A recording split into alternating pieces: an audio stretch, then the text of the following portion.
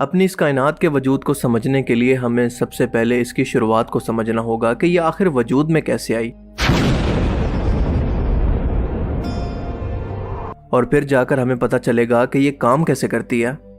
अब तक साइंस की किताबों में कायनात की शुरुआत के मुतालिक हमें बिग बैंग थ्योरी पढ़ाई जाती है कि जब कुछ भी नहीं था तो नथिंगनेस से बिग बैंग एक बड़ा धमाका हुआ जिसने सब कुछ शुरू किया। टाइम, स्पेस, मैटर और खुद ये यूनिवर्स और इसके अंदर मौजूद हर एक एस्ट्रोनॉमिकल बॉडीज की शुरुआत हुई। और हम ये भी मानते हैं कि ये एक ऐसा यूनिक इवेंट था जो कि दोबारा कभी नहीं हो सकता।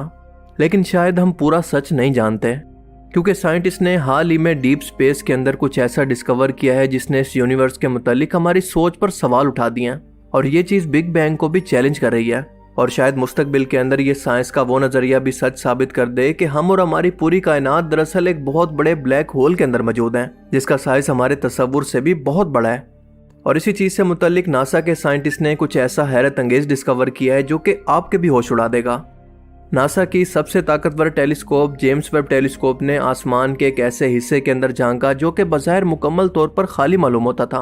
इसके आसपास कुछ भी नहीं था, बस अंधेरा ही अंधेरा था। लेकिन इस कुछ नहीं के अंदर भी बहुत कुछ मौजूद था, कुछ ऐसा जो कि हमने इससे पहले कभी नहीं देखा। और नासा ने इसको इन्फिनिट गैलेक्सी का नाम दिया।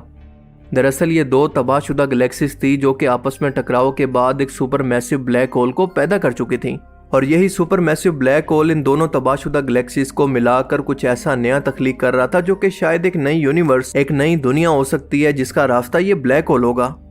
और सबसे हैरत की बात यह है कि बिग बैंग के वक्त भी कुछ ऐसा ही इन्वायरमेंट था, क्योंकि इस ब्लैक होल से निकलने वाली एनर्जी ऐसी है जो कि कायनात की शुरुआत के वक्त मौजूद थी।